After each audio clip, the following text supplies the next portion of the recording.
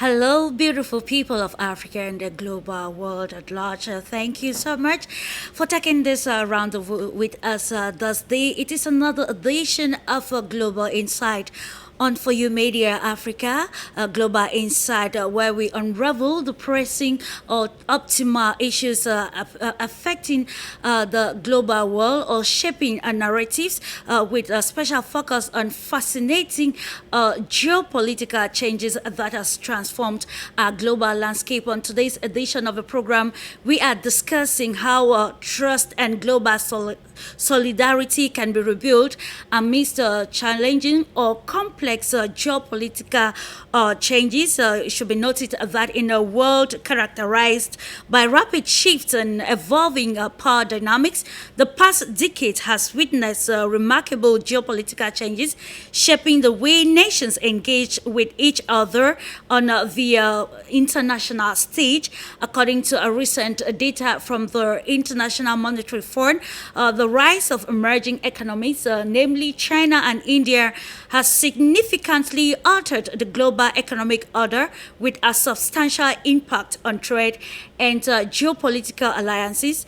Additionally, the influence of non-state actors, as well as technological advancement and the increased interconnectedness of global issues, have further reshaped the international geopolitical arena. These changes have actually sparked discussions on the need to rebuild trust and solidarity among nations as we navigate the ever-changing world. Of course, the only constant thing is change. So, on today's edition of Global Insight with a panel of experts, we want to dive into how the world can rebuild trust and global stability or solidarity amidst the changing geopolitical development across the global world. It should be noted that this topic is vital. The last World Economic Forum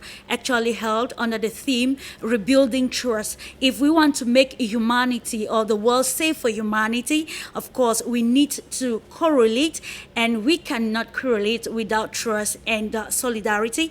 That is what will be given insight to on today's edition of the program Global Insider. After the jingle, I'll introduce to you the panel for this day that will give more insight on this very important topic.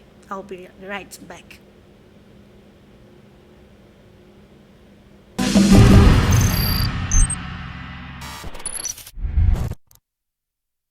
And thank you so much for tuning in. If this global insight on the Pan African Television for You Media, rebuilding trust and global solidarity amidst changing geopolitical changes. How are we going to do this, and what are the focal points or the main actors as far as the world is going to solve the interconnected problems? Let's take you now to Vienna. We are being joined by Patrick Poppel, who is a geopolitical expert, analyst, and also an expert at the Center for Strategic Studies at the Studies on in Belgrade. Hello to you, Mr. Poppel. It's a pleasure having you this day on Global Insight.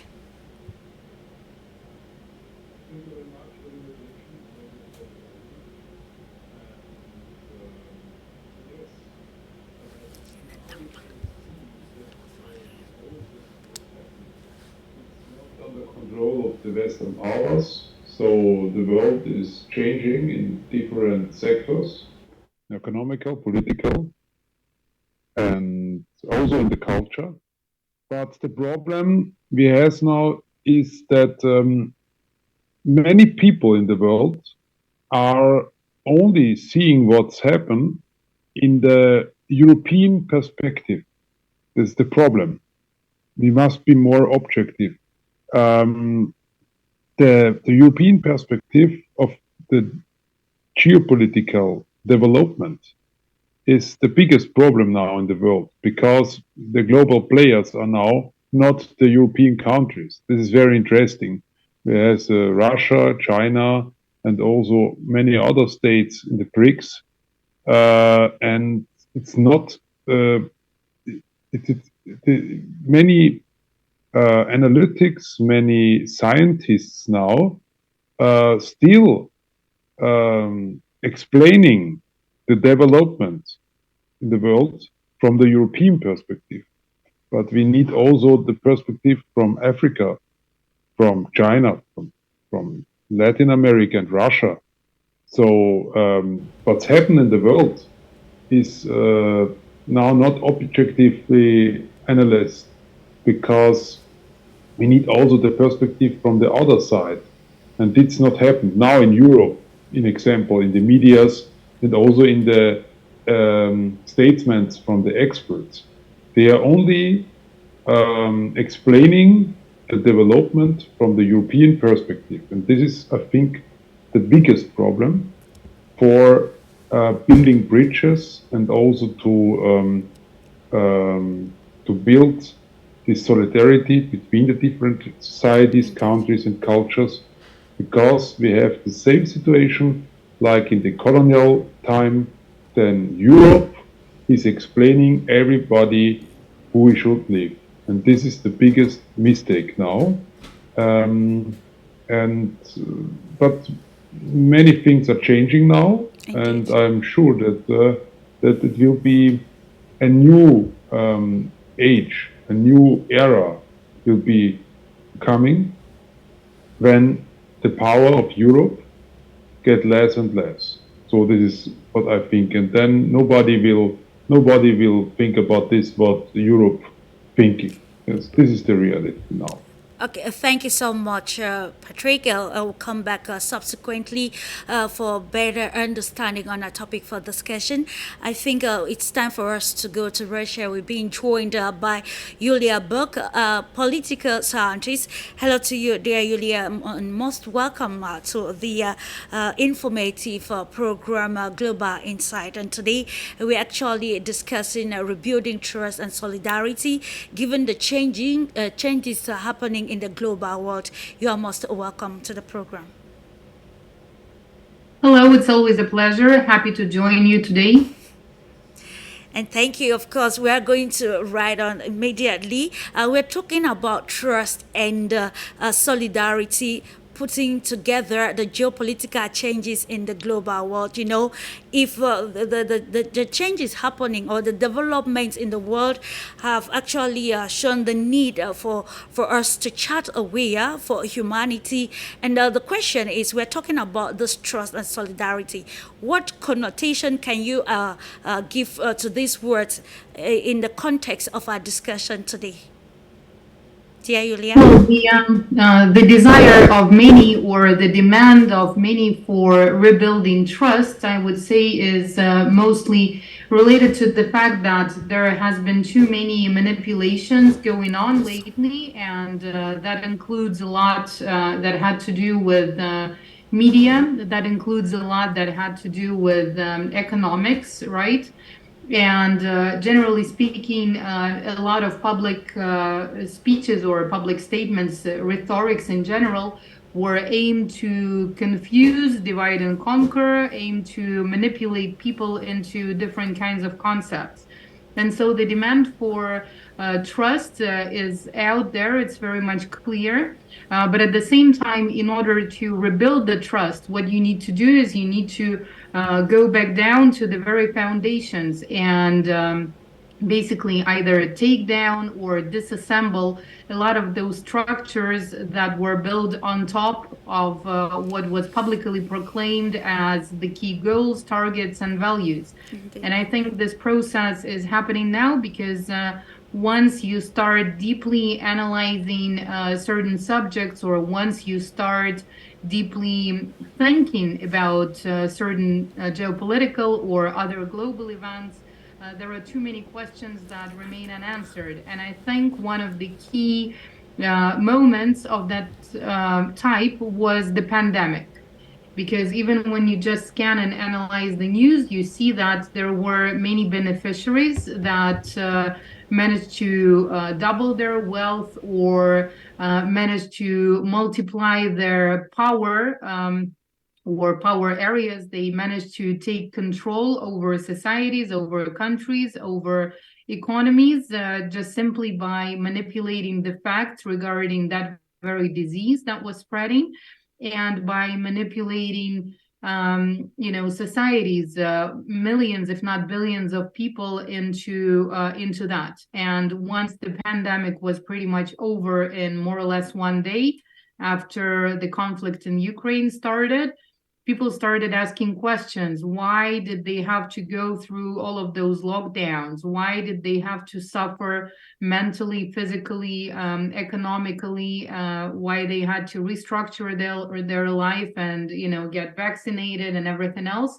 Was it really necessary? Was it really necessary to wear those masks? I mean, there were a lot of questions. I think it was one of the most striking examples, and there were several of the kind that left people with unanswered questions and left them guessing, left them diving deep into everything, including conspiracy theories, and making them lose trust. So I think even the ones who were designing those, let's say, strategies at some point, they realized that it's necessary to address the issues of trust and solidarity in order not to lose the power and the might that they have. Yeah, which is very important in today's perspective, because when you listen, looking at the geopolitical changes which have taken place, the mention of the Russia-Ukraine crisis, you have the COVID-19, you have climate change, and of course the other political changes that happens at the international level. I'll be coming to you subsequently. Let's meet Patrick, and of course trying to understand in greater details this geopolitical dynamics and how it has actually affected the trust and solidarity in solving global or interconnected issues. So the question is, the question directed to you is, Patrick, the change in global geopolitics has brought about a deficit in trust and global solidarity that you mentioned in your preliminary statement. So, in your perspective, what is the way forward, or how feasible, what are the feasible parameters that can be used to address this issue regarding trust and solidarity, especially when it comes to solving interconnected problems? Yeah, I think the best way to solve these problems we have on this world is to work more together and also to build new structures. I'm not the fan of old structures. I'm the fan of new ideas, of new structures, of new movements, because we are living in a very speedily, high-speedily world.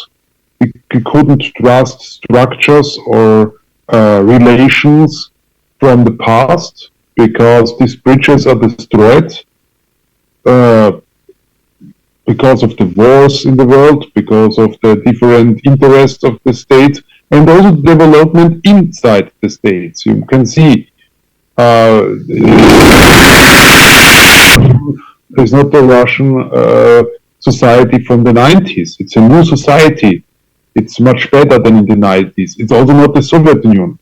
And when you see in Europe, and we talk about conservative parties, they're not conservative parties. They're only liberals. So everything is changing, and we couldn't build this new society, this our societies in our countries on these old structures, because we need new ideas and new projects. And so also on the international level, we have heard from Julia about the pandemic. Yes, what about the World Health Organization? It's not the World Health Organization, it's a lobby organization. The same is also of the United Nations, OBSE. When I was in Donbass, I see what the OBSE is working for, peace and for whatever. They're not correct working. So we need new structures on an international level between different countries, and more countries join them. You can see an example, best example is maybe BRICS. So we need new structures on all these levels, not only in economy and security, also it's very important, also political level and cultural relationship. We need it also maybe on the level of the healthcare, yes, because the pandemic shows us that it's not correct working, this World Health Organization. Yes, we don't need this. We need a new organization or a new project, because it's not correct working for the interest of the people and the societies, and we must be very careful to be not forced by big international organizations.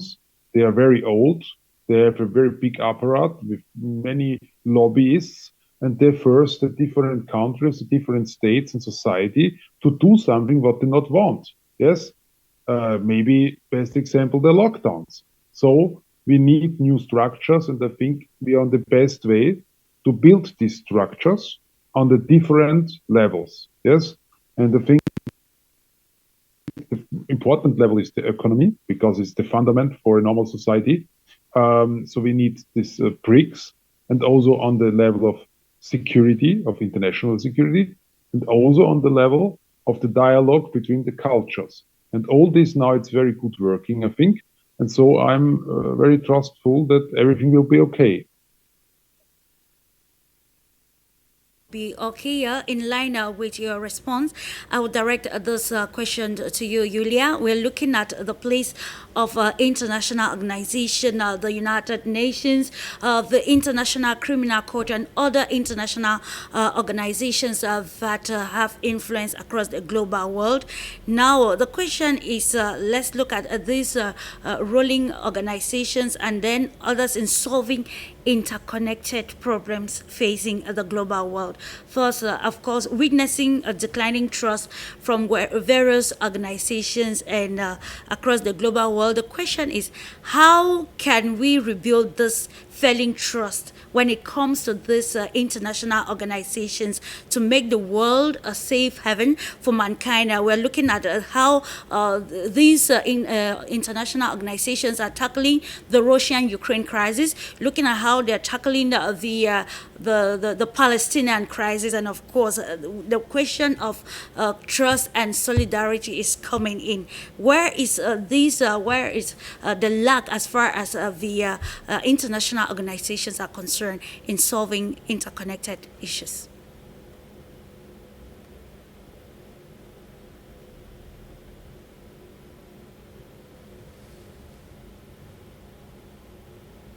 Hello there, Yulia. Well, I hope you can hear me. Yes, I hope you can hear me well right now. Sure. So this is one of the topics that you can actually discuss for hours and hours and hours, and that still wouldn't be enough. Because when you talk about the international organizations and what they have become, the key point is that when you look at their founding documents, right, like the statute and everything, the UN Charter that was there since the very beginning, it all looks very, very good. I mean, it makes sense. It's logical. They do talk about the key values, the universal ones. And when you look at those, there is not much you can change, right? Looking at the text. But the problem is not that. The problem is what they have become. And the problem is that they have become an instrument for implementing polar policies, polar to what is being described in their founding documents, in the descriptions of their programs, etc. Right? Okay. So when you get down to analyzing specific examples, and when you get down to looking at what's happening on the ground, the sad conclusion that you come to in many cases is that those international organizations, including various foundations, including some of the UN subordinate organizations, so they would be the last ones actually interested in resolving the problems that they're supposed to resolve, right?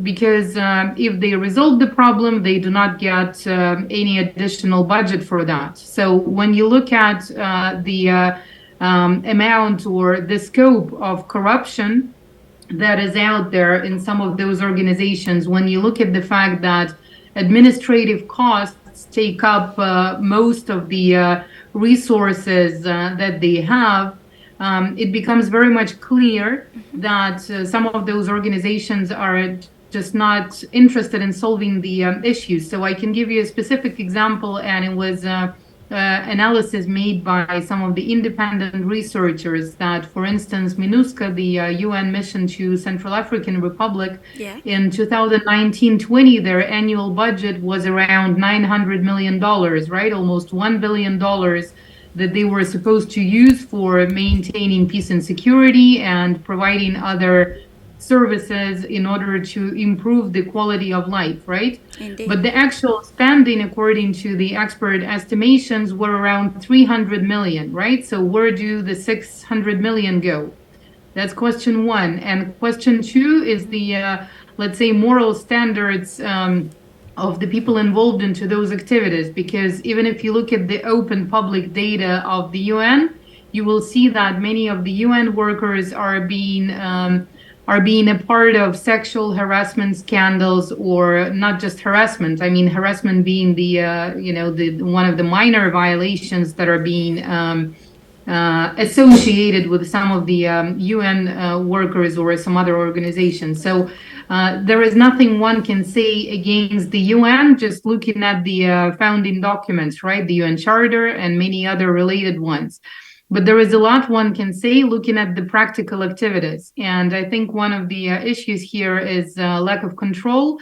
And, just like it was mentioned by one of the famous philosophers, power corrupts, absolute power corrupts absolutely. So when you have such a disbalanced model where there is hegemony of a certain group, there is no external control, you cannot talk about any kind of trust. So the problem, one of the biggest problems with those international organizations is that they discredited themselves by their, vile, in many cases, practices and activities. And the fact that there is no punishment that follows up, and there is no negative consequences for them. In many cases, they just think that they ought to do anything they wish, right? Covering that up by the beautiful words and goals that they have written on the program documents. Is that looking at the position of the United Nations and other international bodies, while talking lately, Dennis Francis, the current president of the 78th session of the United Nations General Assembly, he said that the Russian foreign policy is designed practically to undermine the USA's foreign policy at every given opportunity. So what maybe response can you allude to this assertion? And of course, we are looking at this statement and relating it to the area of trust and solidarity. If the world is interconnected, if the world is a global village facing same problems, and with such do you think the world can easily rebuild this trust and solidarity that is needed for us to solve the common problems, Yulia? Well, answering your first question, it's very easy to see how it actually functions, right? So you mentioned the statement according to which Russia's foreign policy is designed to, what was the word, to discredit, undermine U.S. Foreign policy at every given opportunity. That is to say, the fight among superpowers is actually what is killing the trust and solidarity. And he made mention here. But in order to kind of react to this statement, I think that if you look at the facts, the only way Russia is trying to undermine the U.S. In terms of this is just by the fact of its existence. Absolutely. Because when you look at the list of Russian organizations working in the United States or actively working in the United States, you will find almost none. When you look at the expenses, governmental or non-governmental expenses in Russia for soft power in the US, it's almost nothing. I mean, there is just none. Moreover, Russia does not even use the term soft power, because soft power implies having regime change as the ultimate goal. So the term that Russia uses and the policy that it applies is humanitarian policy. So Russia's foreign policy is called humanitarian policy. Soft power is what the U.S. is how the U.S. defines its foreign policy, and in many cases, it's aimed at regime change. So going back to the fact that can either support or dismiss the point regarding Russia's attempts to undermine the U.S. Once again, you open up the stats, and then you look at the amount of money spent on that, the amount of organizations functioning, the amount of other types of activities that Russia has in the U.S., and you will see that it's almost nothing. When you look at the U.S., it's really hard to find a country on this planet on which the U.S. is not spending money in terms of their cultural, educational, and generally speaking, this soft power expansion that is aimed to create kind of like agents or promote their agenda, or create oppositional structures within the country itself. So, I mean, answering this kind of questions, you got to be operating facts. And in terms of this, it's really easy to organize, but I think it will be very interesting to address this question also to Mr. Patrick Poppel. Absolutely. And to ask him about his impressions in terms of this those relationships between the two big powers on the globe. Absolutely, yeah. I was going to come to that, getting the viewpoint of Patrick Poppel regarding the statement coming from Dennis Francis, the current 78th United Nations General Assembly. Do you actually align with the statement that the Russian foreign policy is designed just to undermine the USA's foreign policy at every given opportunity? To note that we are discussing rebuilding trust and solidarity. It is in an era where we are moving from bipolar, from a unipolar, beg your pardon, to a multipolar world, and then you see a statement like this. What analysis can you really give that are constructive to correct narratives around the world regarding issues of common interest? So I can tell you that I'm on the board of two Russian non-government organizations, international non-government organizations. I have many experience about these projects of cultural relationship, or also building people's diplomacy and something else.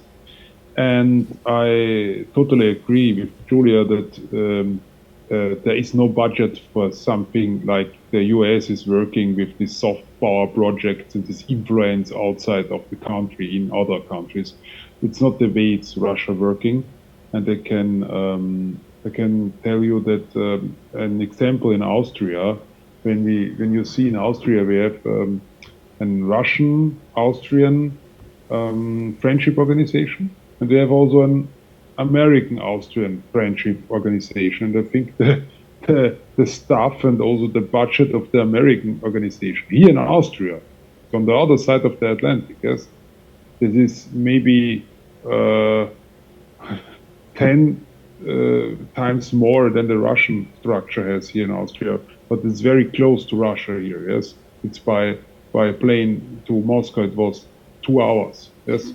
But they don't try to do this. And so all this, what the people think that Russia have a big influence in other countries or preparing something for election manipulation or whatever, this is only nonsense, because the reality shows us what's really happened. So there are not many Russian spies and spy agents and spy politicians and spy journalists. But from the other side, we can see it.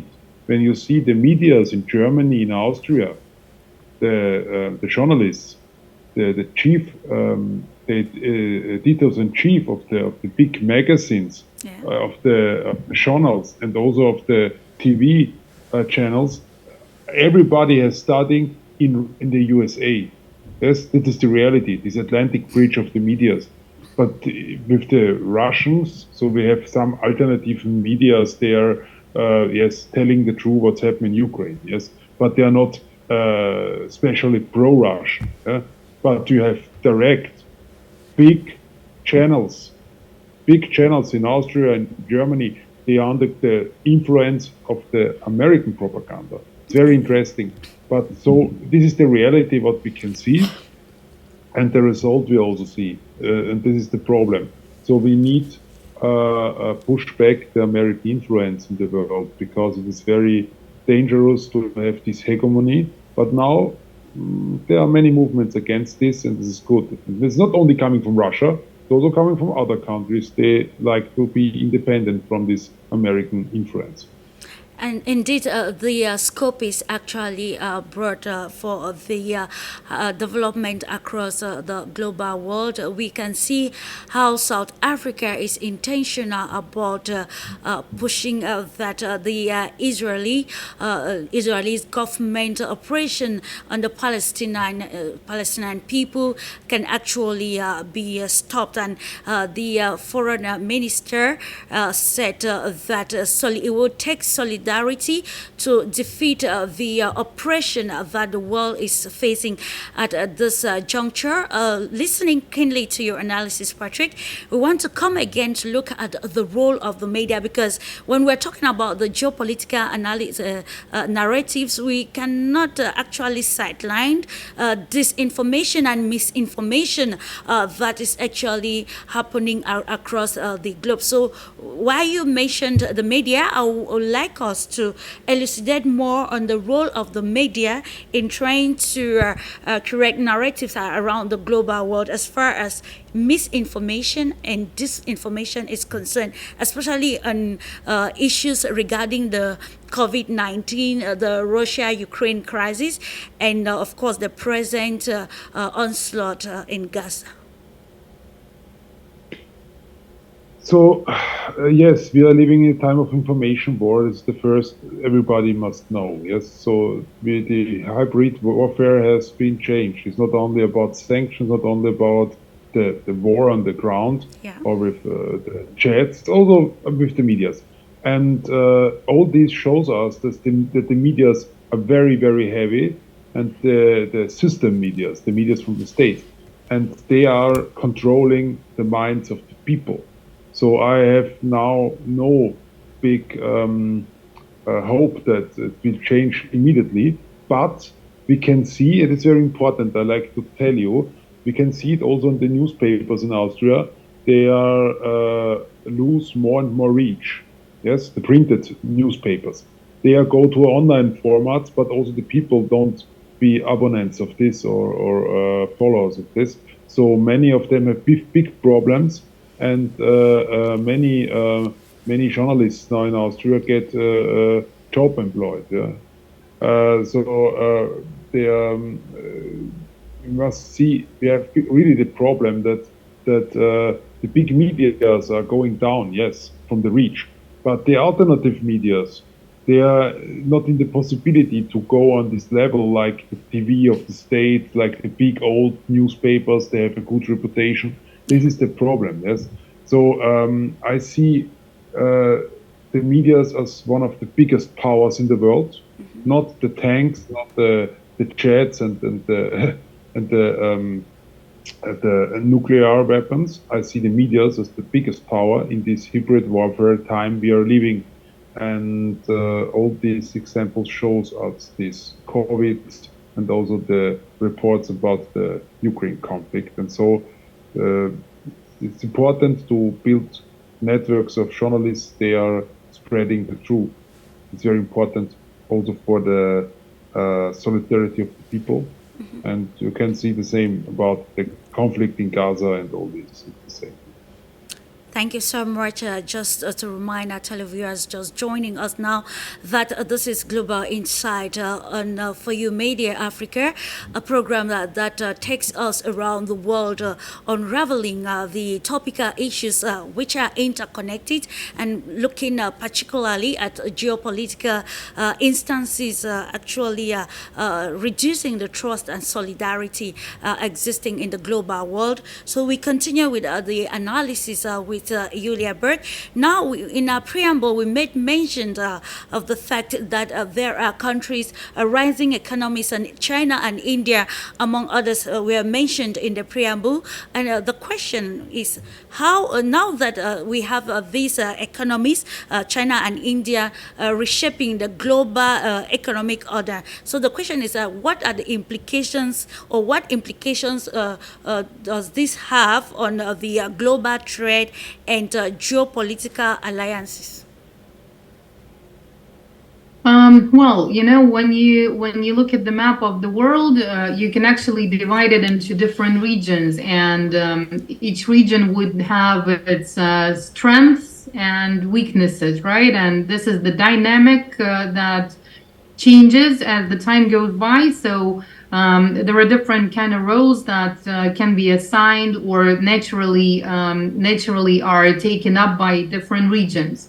When you look at the current situation in Asia, generally speaking, with China and India being the biggest countries there, with the biggest population and a huge industrial potential. So the role that they play right now, or let's say the leading positions that those take, are definitely industrial development and financial or economic sector, and that is China. That is top one at the moment in the world. And then you have India, that is huge in agriculture, that is huge in IT, and that is huge in production as well. So those countries have increased their economic potential and their economic scores by developing the real sector of economy, right? When you proceed to different, let's say, regions of the world, you will see that they're leading in something else. But like Africa, for instance, has an incredible amount of resources and a huge potential in agriculture, and a huge potential for the economy that is just not using a lot of the opportunities that it naturally has, that are given to the continent just by Mother Nature and gods and everything, right? So Indeed, yeah. the potential of the internal trade is not being used. The potential of production is not used, right? But now it's rapidly developing, both in terms of new governmental policies and in terms of construction works. At the same time, when you look at the West, the current role that they play is creating certain kinds of derivatives and bubbles. So there is not much of actual production, there is not much of resources. And that's one of the reasons why the economic, let's say, and industrial might has shifted from Europe and the United States to China and India. Yeah. When you look at China, not even 100 years ago, but even like 50, 70 years ago, the country was very much different from what you see right now. Sure. So the pace at which it was developing its industry, the pace at which it was developing production, construction works in general, and huge infrastructural projects have changed the country, not just in terms of its, let's say, landscape, but also in terms of the lifestyle, way of living, and the quality of living of the people drastically, right? So the changes are just incredible. And the potential that it has at the moment, the power that it already possesses, is based on real economy. And that is something that to a huge extent the Western Europe and the United States have lost once they decided to move the production and focus not on the real economy, but on let's say creating various kinds of economic derivatives, brands, the value of which is based not on let's say the real sector, but the brand names and the brand let's say images, right? So that's exactly the egregor kind of thinking that makes people pay more just for, the brand name. And you cannot strategically survive with something like that, not having those solid foundations that are given by clear sources such as resources and production. So China, if it shuts down even part of the trade, that would be noticed by pretty much everyone globally, right? Because the trade that China has with most of the countries, it's at the top of the trade partners lists, right? Indeed. India is also good at developing industrial potential, IT sector. I'll mention that again.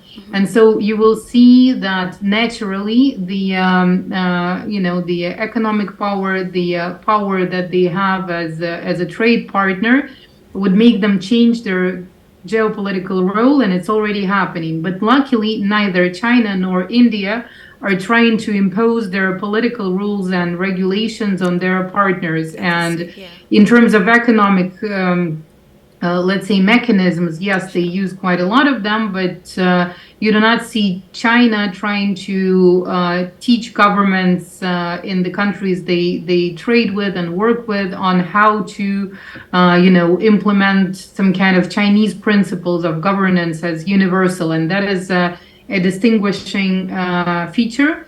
And that is a good thing in terms of, not interfering with the internal affairs. Okay, not interjecting what you're saying, Yulia. I just want to have maybe a continuation of what you're saying. When we listen to your analysis, we can see that actually there is a shift of power from the traditional actors now to the new emerging actors that we have in the 21st century, and we know that with this shift, it has actually brought about this geopolitical maneuvering across the global world. So the question is, what are the implications of these changes on the global security and stability, and how can the aspect of trust and solidarity come in to fix this and move ahead? We underlined earlier on that the world is actually a global village, and the changes occurring are just but normal.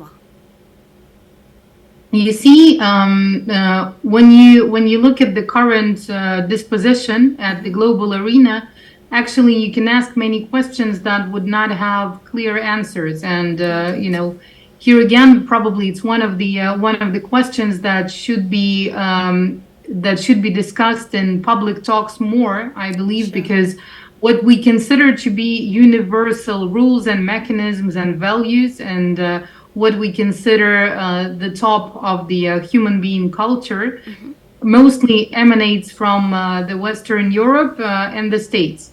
But the only reason why it is so, it's not because those are the most ancient civilizations. It's not because they are, coming up with solutions that are equally suitable for everyone on the globe. But it's just because they dared to impose. So the logical, I believe, and natural reaction to this would be in taking up own responsibility and sovereignty. Indeed. Because again, when you look at the culture and governance and everything, you have India, you have China, ancient civilization with proven, and you have quite a lot of facts and physical objects like artifacts that prove that. They have been around as civilizations for many thousands of years. You look at Egypt, you look at ancient African civilizations, you look at, the civilizations of Southern Africa, and there are physical objects just like, in Zimbabwe, you have the Zim fortresses, or what is remained from those that prove that thousands of years ago there were civilizations. In South America, you have quite a lot of that. So why does something that is much more new, that is not that much rooted, why do they proclaim that they have the right to tell everyone what to do? That's the question. Why do they say that their culture is better than any other culture that was developed by human beings and other parts of the world? And I think, going back to your very question, that kind of recognizing own responsibility and recognizing own sovereignty in terms of that, and kind of like looking into the facts and accepting own strengths and weaknesses and some specific features, and then realizing that that could be a strong position in international relations would already do a lot, right? Sure. So when you know who you are, when you know who your let's say other players are at the international arena, the level of trust and solidarity could be much increased, because you know what you're talking about, you know what you can offer, you know what you need, and you know how to go about others without falling into dependencies on others' viewpoints, or mechanisms or systems that they try to impose just because they dare. And thank you so much for that. With the changes occurring, we want to discuss on the better strategies that the global world can adopt, especially by the main or principal actors. And now we should know that international relation, of course, is about power and how power is being used, and of course the prestige that comes with it. Mr. Patrick, let's now look at how can diplomatic strategies and international agreement be reshaped to accommodate the changes, especially at the geopolitical level, that will foster inclusivity and cooperation among nations across the world. That is promoting globalization. Yes, the problem is we have two different factors. We have this globalization factor, and then we have this trying of different powers to create this multipolar world. It's already working. There's a very good project. It's founded in Russia. It's not Russian propaganda. It's only like talk. It is the idea of people's diplomacy. It is the idea to connect the different cultures with each other and to build this pyramid of understanding, of interests, of understanding each other in the culture, but also in the different problems, the different countries. People's diplomacy. It's now already working, and I'm also in different projects. They are doing this to give other people a voice. So this is what Russia doing, not soft power, not regime changing like the partners on the other side of the Atlantic. So it's to create a field, to create a floor for dialogue between the different cultures, different societies. And this was important. And also in the diplomacy is also a kind of this, but people's diplomacy is more. It's also the work of journalists, it's the different culture projects, student exchange, and so on. But also the diplomats must find soft words. The problem what I'm missing now is the objectivity of diplomacy. The Austrian foreign minister, Mr. Schaumburg, he used words that you couldn't explain. You haven't heard in the past. You never heard such words from a foreign minister of a neutral country. He's talking like a NATO minister, like a defense minister from Ukraine or whatever. So we have this atmosphere of war, of discrimination, of aggression, also in the words of diplomats. Yeah. And this must slow down. This is very important for the peace in the world and for understanding each other and for the dialogue and for to have trust in the policy. Nobody can trust foreign ministers or ambassadors. They are making reclam for war. This is not their job.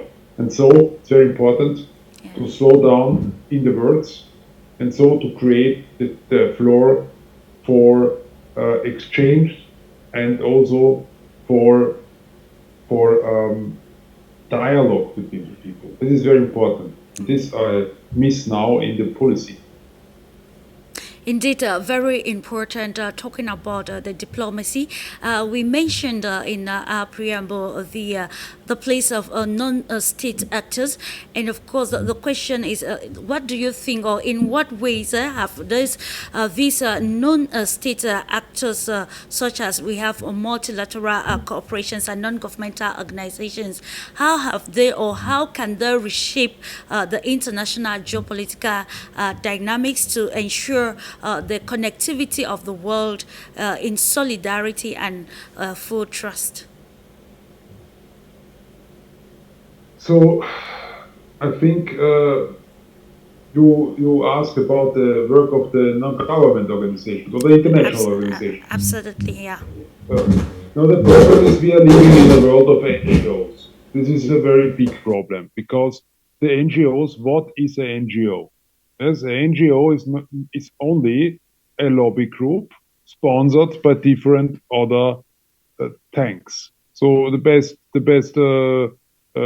you show about the Bill Gates Foundation or whatever, yes, and also about these climate change activists, about all these different groups. They are a minority sponsored by lobbyists. Yes, this is the problem.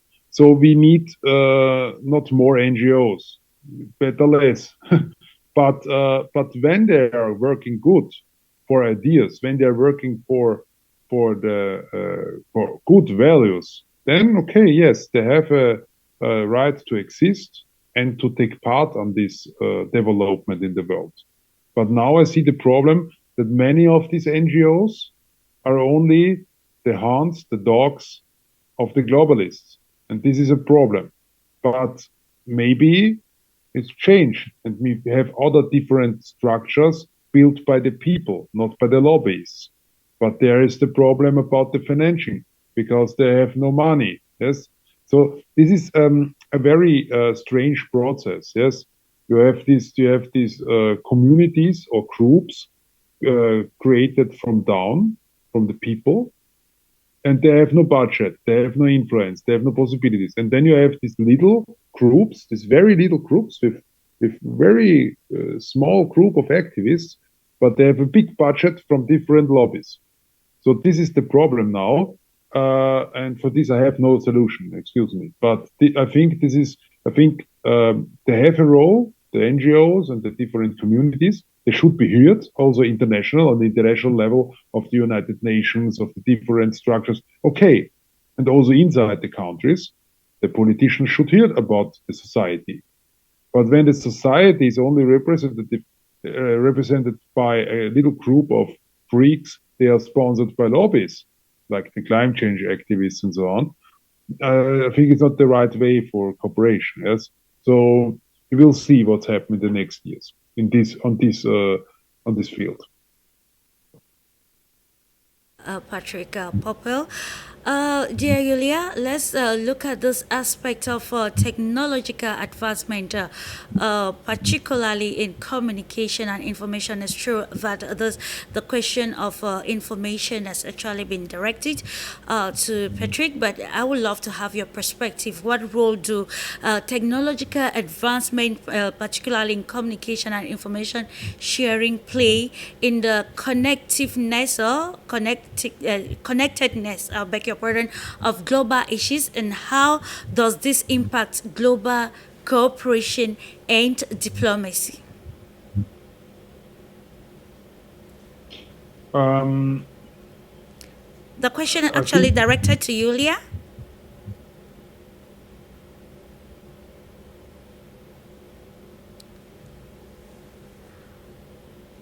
Hello, Yulia. Please, are you there? Can you hear me?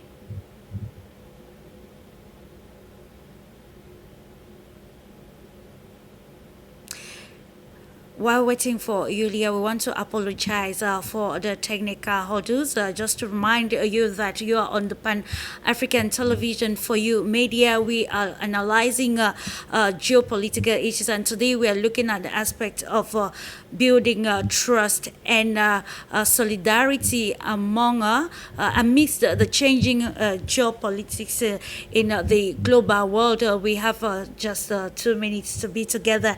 I think I could have a concluding statement from you, Patrick Poppel, regarding the questions we just directed to Yulia.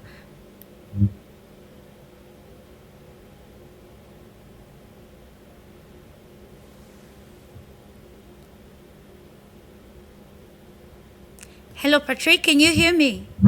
Yes, yes.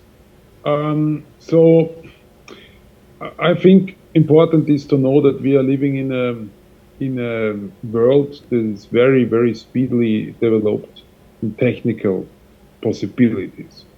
So now this will has an influence of the possibilities for spreading information. So you can see that one blogger with thousands of followers has more reach than a established newspaper. It's existing the last 50 years. So we can see that technology and information in the information sector is a very important instrument, and a very important fundament for in this time we are living of information warfare, I like to say, yes, because I thought that one of the biggest sectors of hybrid warfare is the information warfare, Absolutely. the propaganda. Okay. Thank you so much. Thank you so much for your time, Patrick, and the analysis on a topic for discussion. Does the Yulia Berg, just one word before we culminate? Yes, finishing up this talk about trust, solidarity, I just to highlight that it's like there is a huge demand, but to reach trust and solidarity, to keep it real, and we need to go back to the basis where we start. There is not much needs to be fixed, but there is much that can be done with this. Okay, thank you so much, dear Yulia. I want to thank you, televiewers, for being there and for trusting the Pan-African Television. I know this topic, when it comes to geopolitics and international relations topics, we have a lot to say, but subsequently, we are going to come back to this topic to continue to give you more insight and to edify the global world on the changes that are taking place in the world. I want to thank you. And of course, it is on this note that we're going to draw the curtains into today's edition of Global Insight. Don't go away here. Keep having a lovely moment in the company of our transmissions. Bye-bye.